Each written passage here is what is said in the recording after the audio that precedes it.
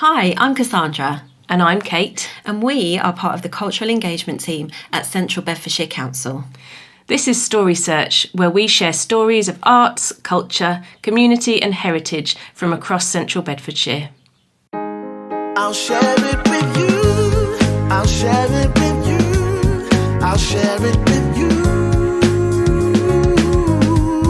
I'll share it with you. I'll share it with you. I'll share it with you.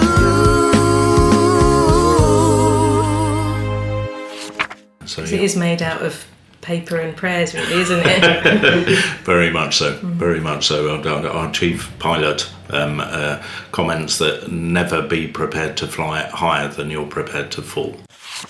The figures speak for themselves, 400 mils down to 4, but they were just dropping like flies. And so to survive, you had to innovate, you had to change with the times. His business was always teetering on the brink of bankruptcy, and in fact he did go bankrupt a number of times.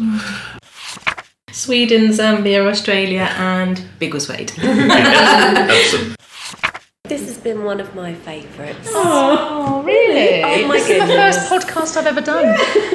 And I'm excited to get stuck into this one.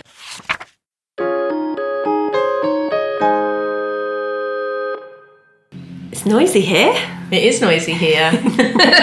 We're in a very industrious place, aren't we? We are. I'm looking out the window and I can see a shiny aeroplane, bright red, white stripes. A man's just gone up a stepladder to get inside it in blue overalls. Yeah.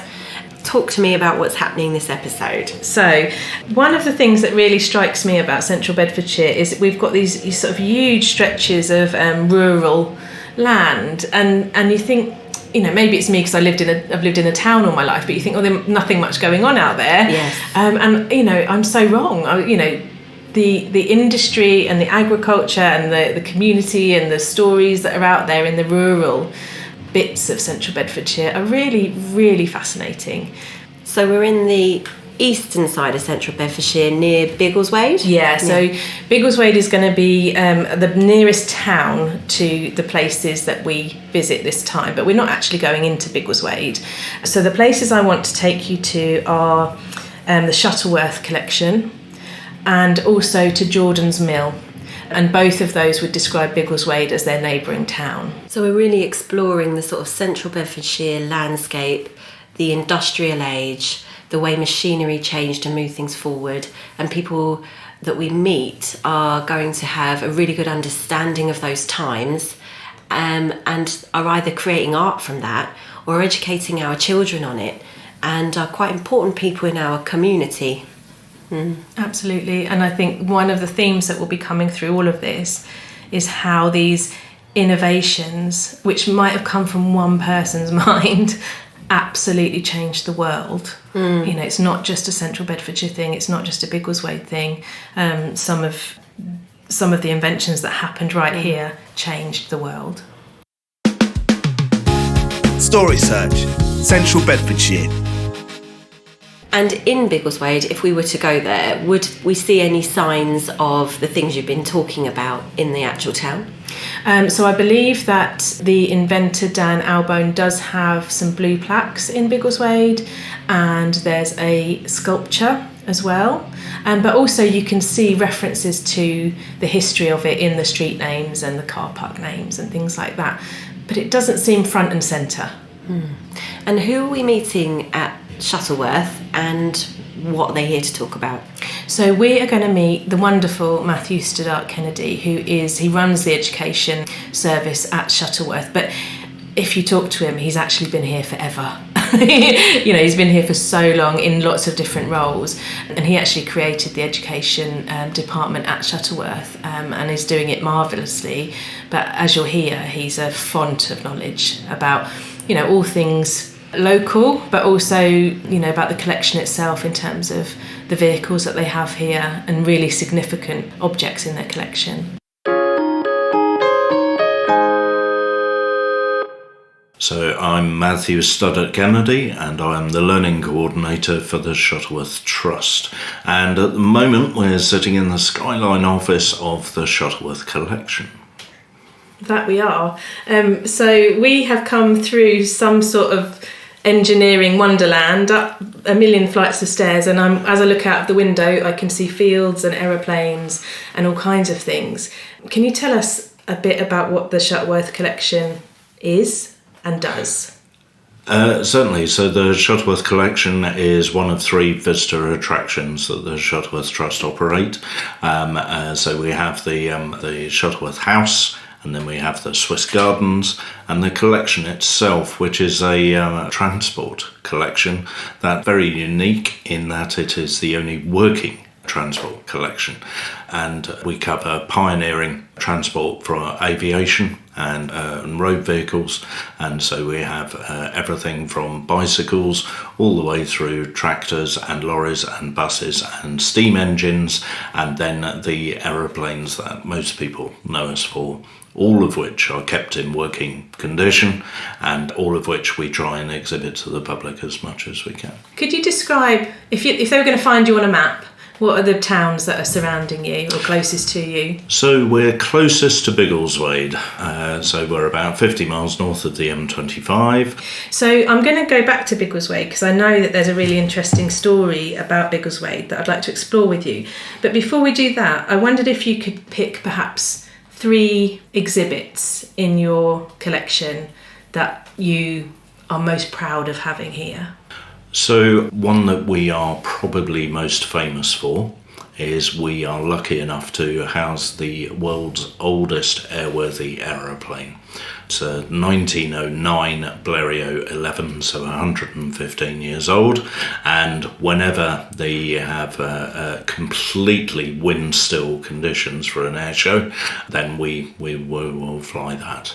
And so It is made out of paper and prayers, really, isn't it? Very much so, very much so. Our chief pilot comments that never be prepared to fly higher than you're prepared to fall.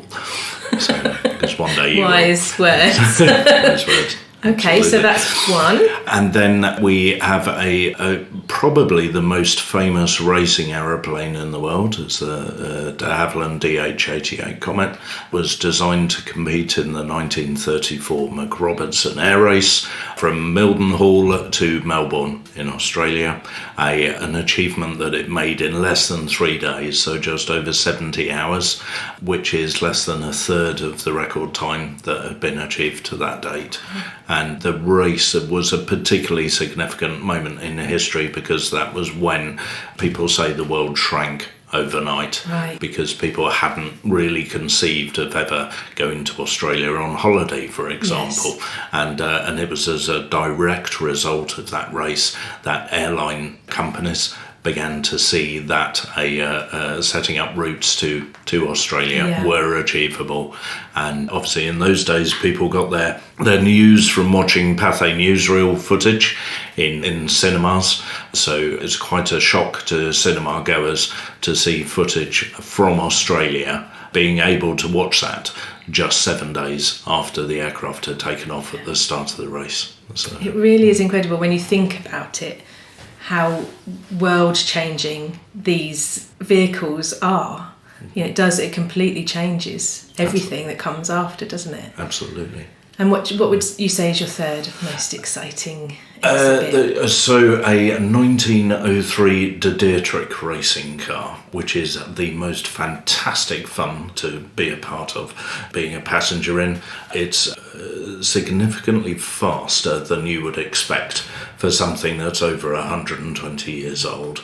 You're on wooden wheels, you're perched high up with no seatbelt, no windscreen for protection, and yet this thing will merrily break the speed limit on the motorway if of course we were ever to do that. And you've driven this? Sorry, I've not been fortunate enough to drive it. Right. I've been fortunate enough to be a passenger in right. it. Not So to you're drive it. you're not Stig, you're the other one. You know, what's really interesting about listening to you guys talk is I think to myself, bunch of old aeroplanes, And then you start hearing Matthew talk about the significance and the facts and the history and what it actually really means and what it would have meant to the people at the time. And all of a sudden you think, oh yeah, okay, people didn't go to Australia, people didn't travel, this would have blown their minds. And it takes you into that moment. And actually, these objects have life because of the tours that go on here and the things that Matthew and his team talk about and explain. And it's a working collection. Yes. So you have engineers and volunteers kind of wondering about doing their work as alongside visitors and also school groups. When you arrived, there's a school visit here today, and they're actually taking a ride on our 1923 White Rose Leyland bus, and it's a fantastic learning opportunity because it really contextualises and draws relevance to what they've learned. Obviously, they've arrived here on a lovely, modern, plush, air-conditioned bus with nice soft suspension that's very quiet. And so when we're teaching them about the history of transport, to then be given the opportunity to take a ride on a noisy, bouncy, shaky, uncomfortable bus is a superbly visceral experience for them that really fixes their learning in their minds. Story Search, Central Bedfordshire. As a younger person, when I used to come here, my favourite bit was what I'll call the bike shed. You've got a whole selection of bikes, and I think the reason that I loved that is that I inherited my nan's midwife bike, which I used to tootle around on. Having chatted to you in the past, I realised that actually you've got some really interesting links to like the inventor of the bike as we know it now. Is that right? Am I? Absolutely, and not just at Shuttleworth, but he's a local connection as well. There's a gentleman by the name of Dan Albone, and Dan was born in 1860. And when Dan was 9 years old, he was given a bicycle by his cousin, which even today would be a generous birthday gift. But the thing to remember is that at that time, Dan was the only person in Biggleswade to have a bicycle. And so when he was riding his bicycle around Biggleswade Market Square, it caused an absolute sensation. Now, these aren't bicycles as you might picture them in your minds today. They're called bone shakers for a very good reason. They have solid wooden wheels with metal tyres, and they are really quite extraordinarily uncomfortable and difficult to ride. We have two of them here at the collection. Both of them date from that same year that Dan was first given a bicycle. And then 4 years later, Dan embarked upon creating his first bicycle. So at the age of 13 years old, he made a penny farthing bicycle, or what we would know as a penny farthing today. So penny farthing bicycles, huge great front wheels, tiny little back wheels, essentially so that you could ride faster.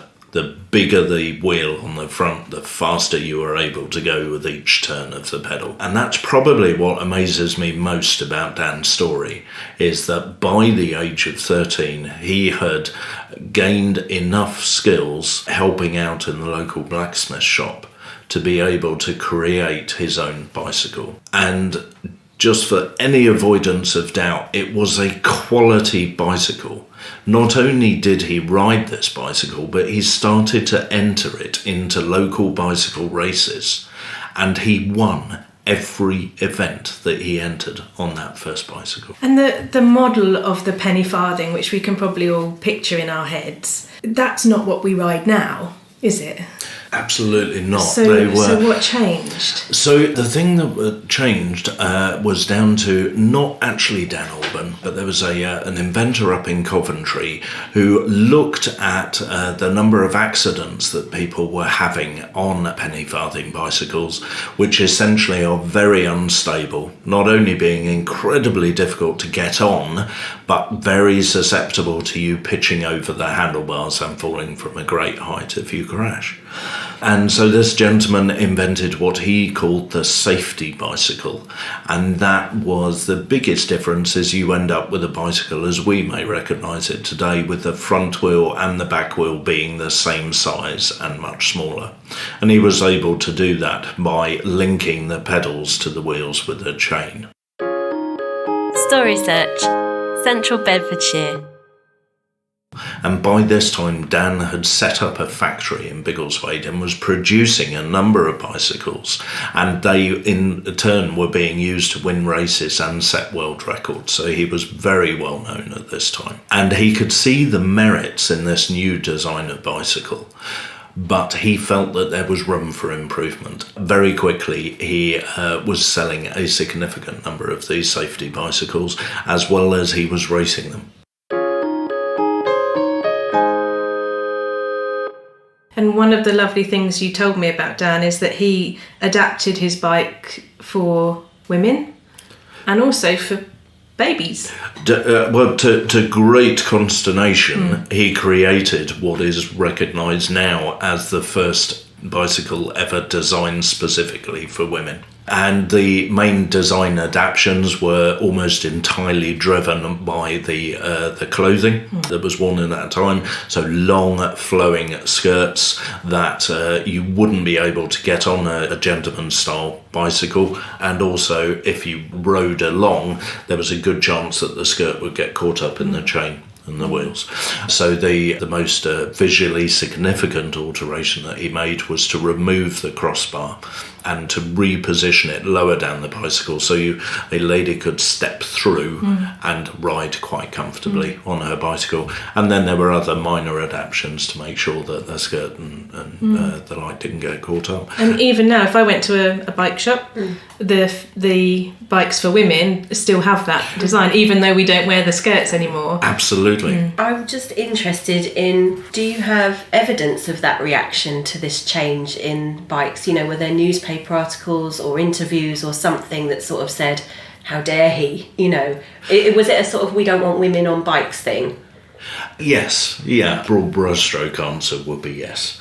And we do have that evidence, and actually that's an interesting connection that we have, particularly with Dan Albone, is that there is a very, very good book about Dan Albone that was written by a gentleman called Ray Miller, and Ray Miller is one of the volunteers at the collection. And he is so happy that we are telling the Dan Albone story. In addition to the Dan Albone bicycles that we hold at the collection, we are now displaying Ray Miller's personal Dan Albone bikes. So of the 7 surviving Ivell bicycles, 4 of them are currently on display in their collection. It's wonderful, isn't it? Story Search, Central Bedfordshire. So Dan Albone was a family man, He was, and he designed the first baby seat for a bike. He did indeed. And unfortunately there's none surviving, but recently we were lucky enough to engage a willow weaver, a basket weaver, to recreate the first child seat that was patented by Dan in 1883, and it looks very similar to what you might expect a child seat for a bicycle to look for now, but with the exception of the fact that it was designed to sit on the front of the bicycle, which makes it very, very difficult to steer. But this was a very popular invention and sold very well very quickly. He then went on to develop a trailer which could take 2 or 3 small children. So, you know, we've talked about a couple of things that have made the world smaller or completely changed the way that things worked. And I just, you know, life before tractors, how did we manage to get any food out of the ground before we had a tractor? So this was all part of the Industrial Revolution. So actually before the tractors we were using steam engines as in roles that we would associate tractors with today. And the whole mechanisation of agriculture ostensibly happened during the Victorian times. Sort of the major developments happened during the Victorian times. And interestingly, again, there is another local connection in terms of the protests that there were against this introduction of machinery and mechanising these simple jobs became known as the swing riots, where farmhands would gather together and they would riot and they would smash and burn new machines that they saw as taking away their jobs. And perhaps the most significant example of that occurred in Stockfold, just down the road. Really? Yeah. It did strike me when I was reflecting on this, there's part of me that feels a bit Luddite when I look at artificial intelligence and phones and things like that. And, this must have been quite significant. Significant's not even the right word. It's your whole world must change if you're being replaced by a machine. Very much so, and also that is a sales problem for Dan. His business was always teetering on the brink of bankruptcy, and in fact he did go bankrupt a number of times. Story Search, Central Bedfordshire. Where would you find one of these tractors? So there are only 7 remaining tractors in the world. The prototype is held by the Science Museum, but unfortunately it's held in their stores in Rawton. So the only other example that you can see in this country is privately owned. We are very, very lucky in that owner we have built up a relationship with, and so at various points during the year we're able to welcome Ivor Tractor 131, which is the oldest working tractor in the world, to Shuttleworth, and then the rest of the time during the year the owner, Mr. Alex Albone, who's a great nephew of Dan Albone, exhibits it at agricultural shows around the country. And then with the other 5 Ivor tractors, they're really a demonstration of just how commercially successful this was, because the other surviving examples are in Sweden and Zambia and Australia. So all over the world. Sweden, Zambia, Australia, and Biggleswade. Absolutely. And I think you mentioned before that people could come here to see some of Dan's bikes. Is that right? Yes. Yeah. Wonderful. Absolutely. And many children are lucky enough to have a bike, and their bike will look very much like the bike that Dan... The safety bikes that Dan ended up developing. Absolutely. What a lovely way to connect. Yeah.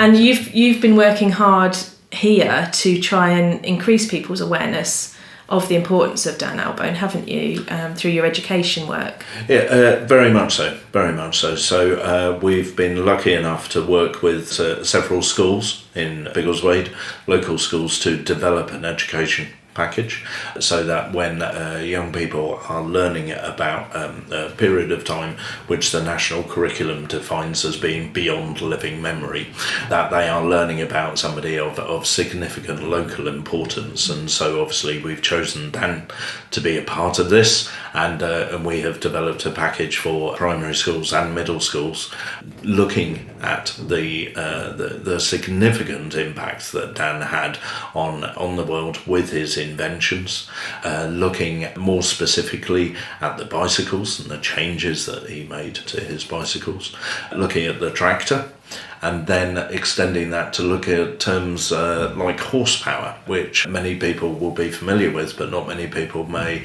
appreciate that it is originally a marketing term, and it is very simply: buy my tractor and you can save feeding and stabling this many horses on your farm. Story Search, Central Bedfordshire. Oh, thank you so much, Matthew. It's been a pleasure. It's always a pleasure to come over here, but thank you for your time.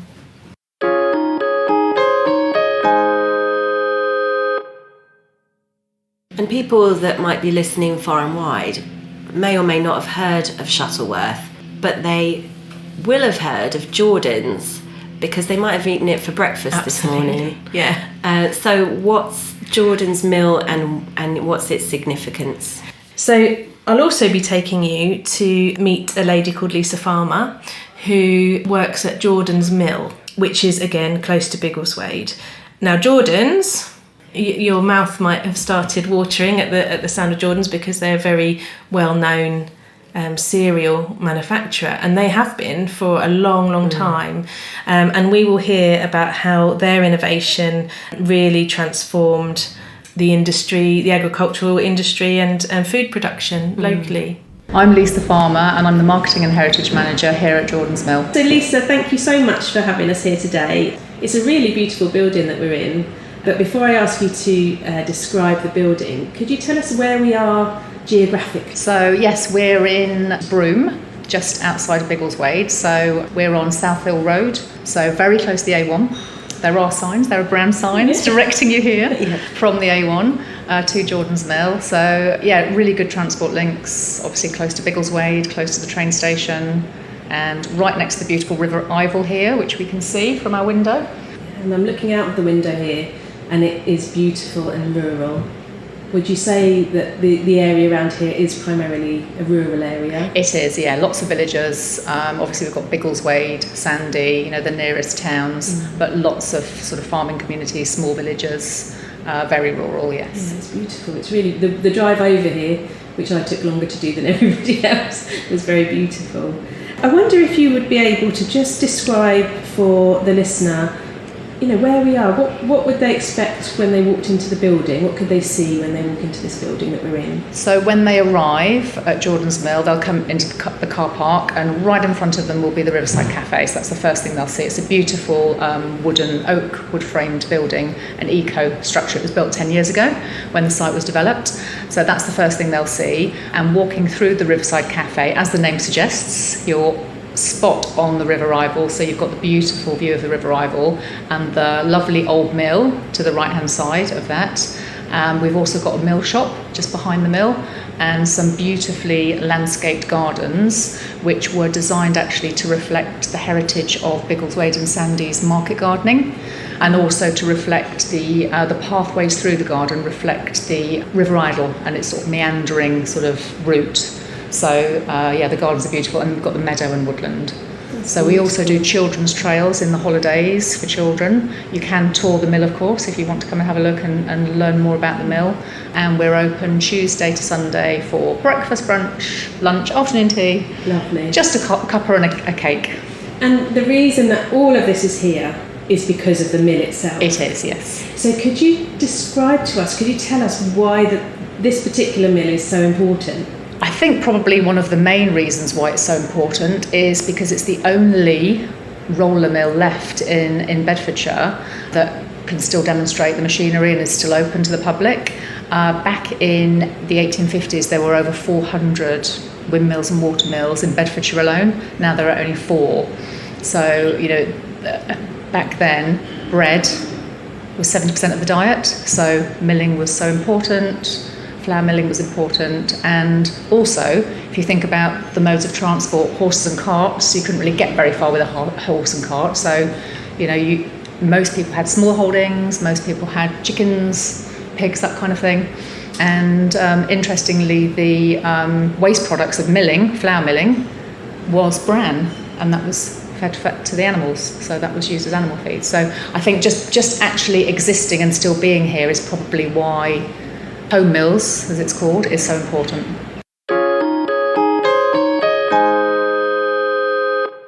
And the building that's here now that people can come and have a look around is not the first mill on this site? No, it's not. So we do know that on this site, the very first mill was listed in the Domesday Book for 47 shillings. So we don't know exactly where on the site it was positioned, but certainly the mill here now, we've got notes that say, 800 years there's been a mill exactly where that is. And we also don't know, the name itself is a slight mystery. Home Mills, it's not Home Mill. Right. Home Mill, so were there a number of mills? We're not sure. But we do know the one we have here, that's an 800-year history of a mill on that site. And what happened to the other mills? A lot of them now are housing, so a lot of them have been converted to housing. They basically, I think it was a struggle back then. You're looking at sort of, I suppose, the time period 1850 to the early 1900s, yes. And all the changes, the sort of industrial revolution, the changes in transport methods. It was lots of port mills arriving and being developed, very, very big mills, all using electricity, and in great locations because they could be right in the right location for all of the imported wheat coming from Canada, Australia, and they were huge, absolutely huge. And so the local rural mills found it much more difficult to compete. Story Search, Central Bedfordshire. And they were much smaller, they had more gentler milling processes. So it was a case of, having to just innovate, I suppose, to survive. And what was special about this particular mill that made it survive? Like, how did they innovate?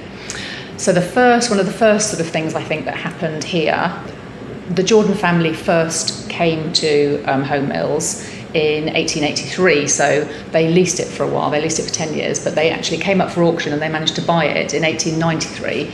And two interesting things happened. There were two fires. So literally the next year, the year after that, 1894, there was a really quite devastating fire. But that allowed them to innovate and actually replace the old stone mills to roller mills, and that really helped. But then there was another fire in 1899. They're very careless back then. Lots of fires.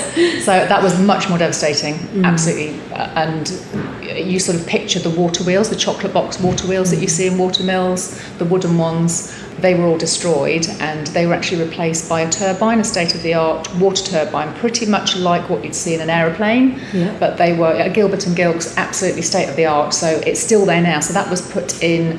I think it took a whole year for all the repairs and the renovations to take place, because the whole mill burnt down. You've got to actually line on the top of the ground floor of the mill that you can see now. If you do a tour, you can see a difference in the brickwork, and that's where the mill burnt down to, literally the top of the ground floor. So all of that went, and that had to be completely rebuilt. It took them a year, so from, devastating, from, a whole year until 1900. But that's when the turbine was put in. And so, absolutely revolutionary. It increased the power. This 6 foot 8 inch drop in water level meant that that power could be harnessed by the turbine. Totally sustainable, totally green energy, and that's what powered the whole mill. So without any use of electricity. So I think it's those two things really that were pivotal and turning points. And then a little bit later, obviously, with Bill Jordan and David Jordan going off to California and discovering granola.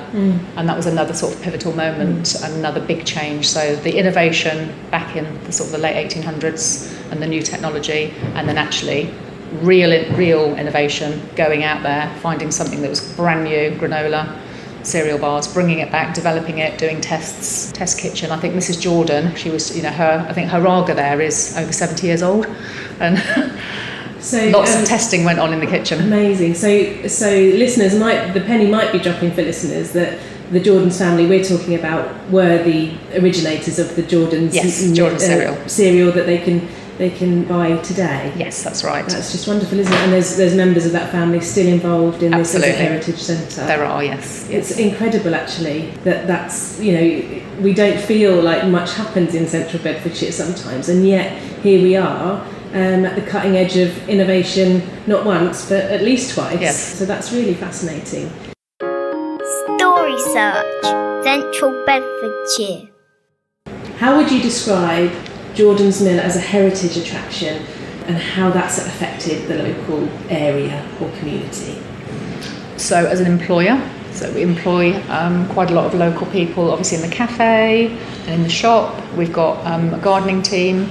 Obviously a few of us in the office as well, but also volunteering. I mean, we've got an amazing bunch of volunteers, all from the local community. A lot of them are retired or semi-retired, and we couldn't really run this place, certainly the mill and the gardens, without our amazing volunteers. So that's, thanks to the local community, and they get just as much out of it as we benefit, and they tell us every day, we love it, it's so rewarding, we're learning new skills, we're making new friends. So volunteering is something that I think is quite important for the community. So I know the cafe is extraordinarily good. What's your favourite? The afternoon teas are lovely, so that's one of my favourites. They're absolutely gorgeous. And our Sunday roasts are amazing. And breakfasts and brunches as well, so lots of choice. Yeah, I know, sorry. If I had to pick, it would probably be our breakfasts and brunches out of all of that.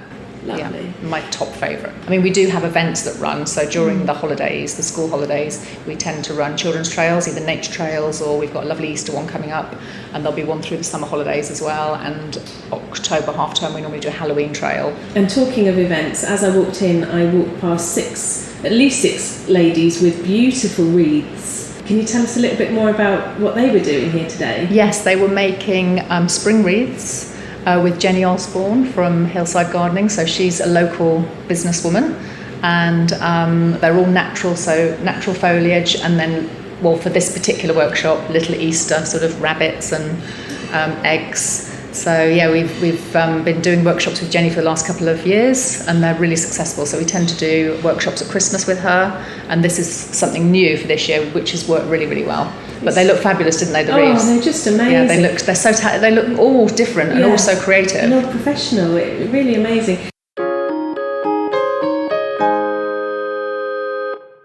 And what I'm hearing from you is that you're a local family. You know, your shop stocks local products, and you're supporting local creatives as well. Yes. I mean, that's really something that impacts on a community, isn't it? Yes, definitely. So Lisa, you've described just how eco-friendly a watermill is, which isn't really a term we would think about using, from things in the 1800s and 1900s.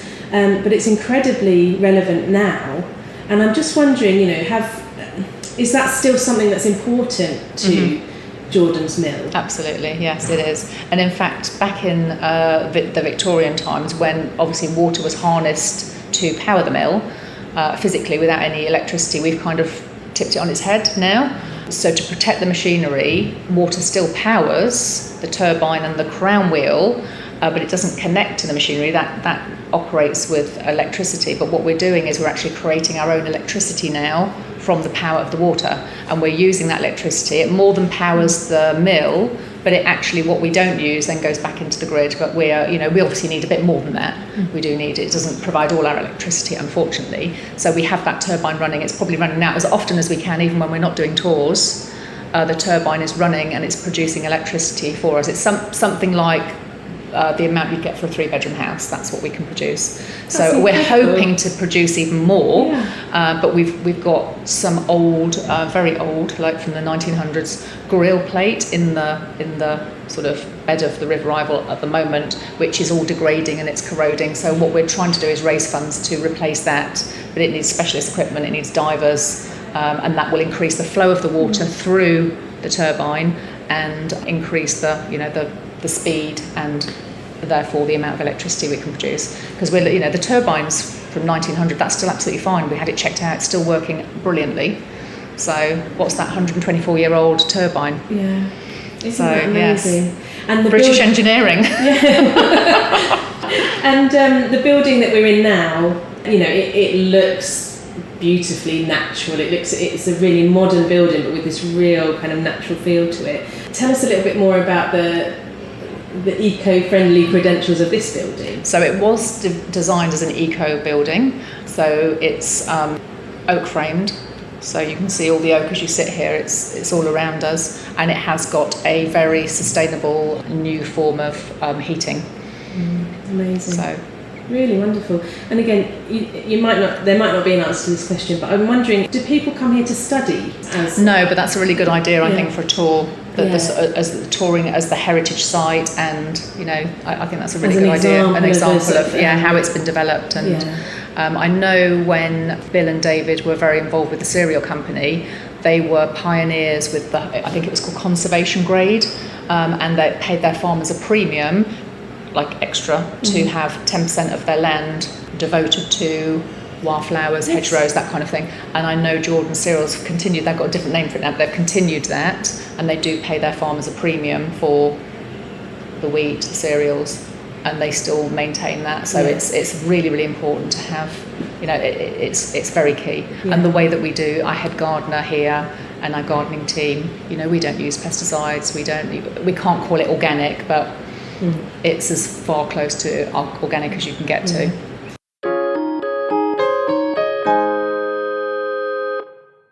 It's interesting because that's still such a big part of the branding of Jordan's now. Yes. Is that it's British farmers and wild meadows. Exactly. So the values that the Jordan's family kind of imbued into this endeavour are still there, aren't they? Which is fabulous, isn't it? So really wonderful. Lisa, we often say to people, you can do the hard sell now if you like, but I don't think you need to. I think we're sold. And we would really encourage any listener who can to come and pay you a visit, because why not? It's free, and you've got lovely food, lovely gardens, lovely shop to look at, and you can have some education at the same time. Absolutely. So thank you so much. You're very welcome. Thanks for having me. Thanks for inviting me. This has been one of my favourites. Oh, really? Oh my This is the goodness. first podcast I've ever done. And I'm excited to get stuck into this one. Story Search, Central Bedfordshire. So, Kate, this episode is called How Biggleswade Changed the World.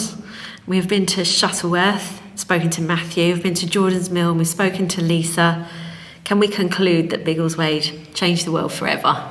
It really did, didn't it? What an amazing thing for a smallish town. It's remarkable. It's a remarkable place. What was your favourite thing to come out of those discussions? What was your favourite moment?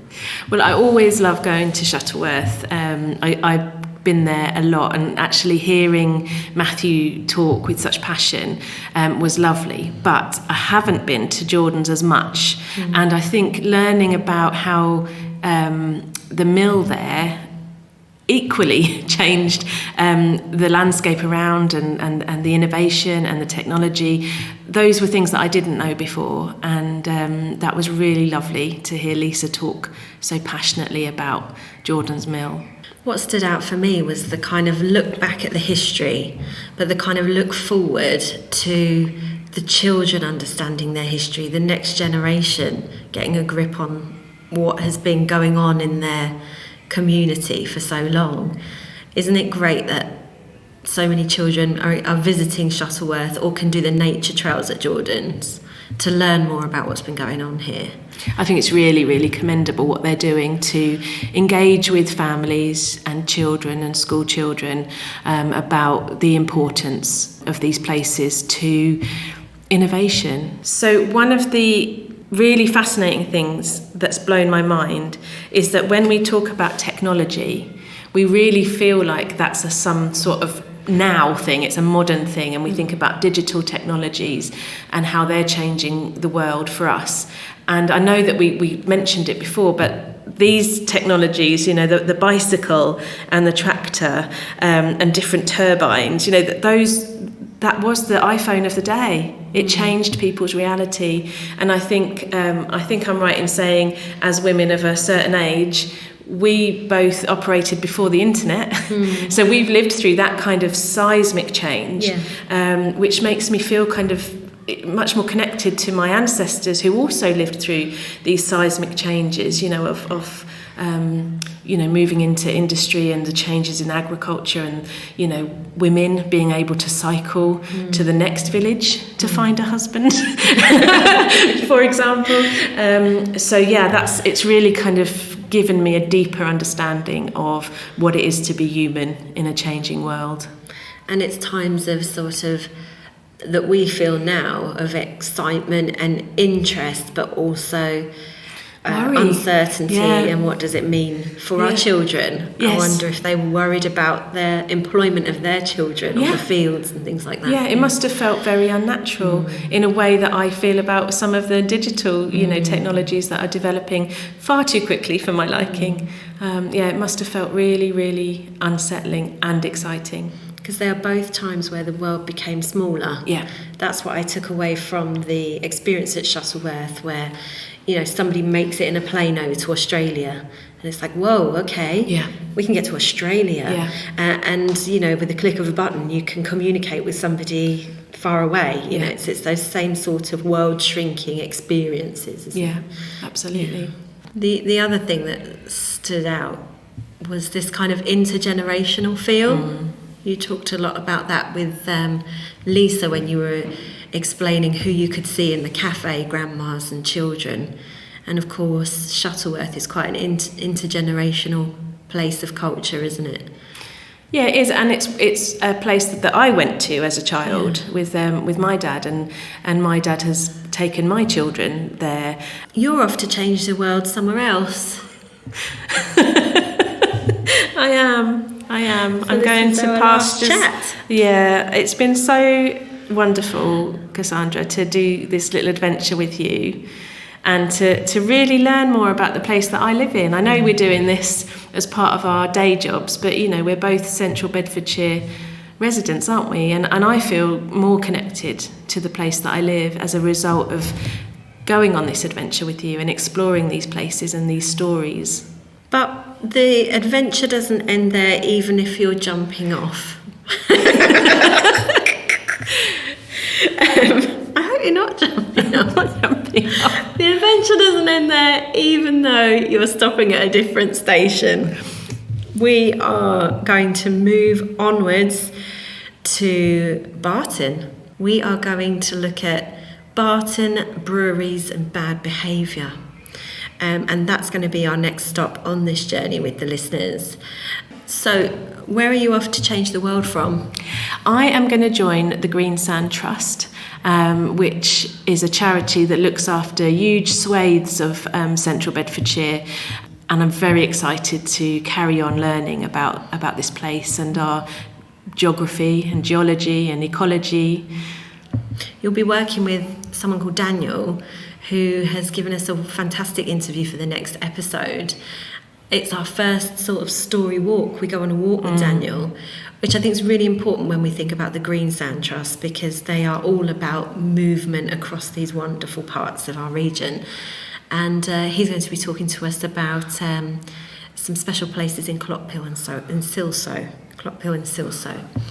So we're following you almost. Yes, yeah. To where you're off to, and we are exploring some bad behaviour as well. So who's going with you to Clophill? Well, I am so glad that we have got some other people from our team who will be joining us on the adventure. We've got Liz from the team, who's spoken to us previously in our AMP2 episode. She's going to be talking to Daniel from Green Sands in Clophill. She has a real interest in crime reading, and so she thought she would join us looking into crime and punishment in the region. And myself and Sarah will be exploring Barton to find out a bit more about the history there and why brewing and breweries in Bedfordshire are such an important part of our history, and how significant they are to all of the fantastic pubs we have. Can't beat a We're good going to pub. visit a pub.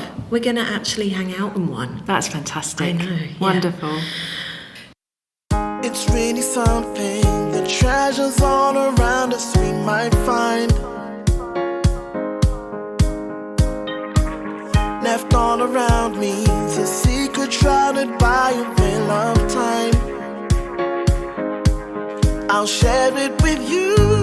I'll share it with you. I'll share it with you. I'll share it with you. I'll share it with you. I'll share it with you.